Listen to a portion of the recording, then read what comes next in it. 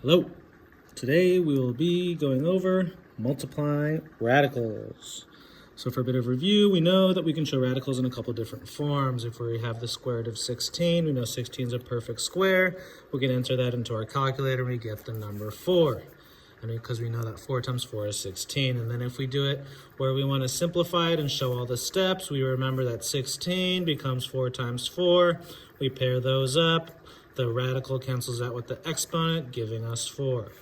We also have numbers that are not perfect squares like 20. We can put that in our calculator. The square root of 20 is 4.47.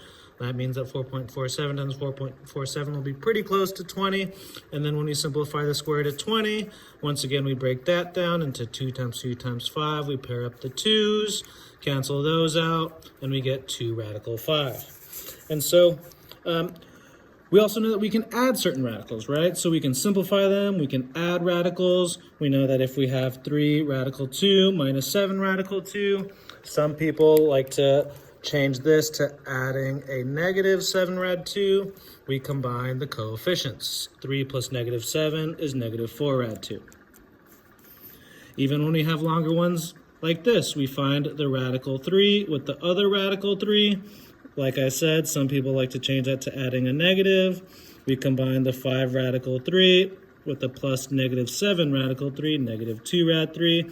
We do the same thing with this 5 rad 5 and this plus negative 8 rad 5. 5 plus negative 8 is negative 3 rad 5.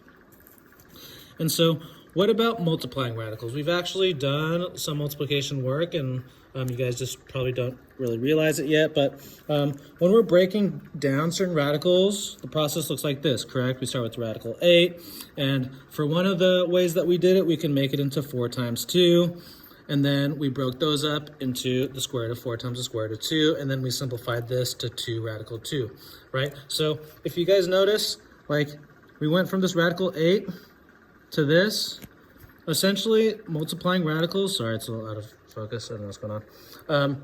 When we're multiplying radicals, we're basically starting with this and just going in reverse, right? So really, whenever you multiply radicals, you just multiply them and just put it back in the radical, right? So whenever, I didn't really know how to phrase this really well, but you'll know what I mean. Whenever you multiply 2 radicals together, you multiply the numbers in the radical, and then it just stays in the radical, right? So sometimes the problems will be pretty simple. So let's take the square root of 6, multiply the square root of 3. They're both in the radical. 6 times 3 is 18.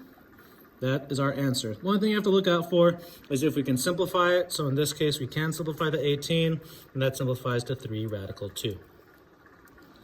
And so sometimes you will also have numbers in front, right? You'll have coefficients. So when we have 3 radical 2 multiply 7 radical 10, just remember that the numbers inside of the radical multiply with the numbers in the radical.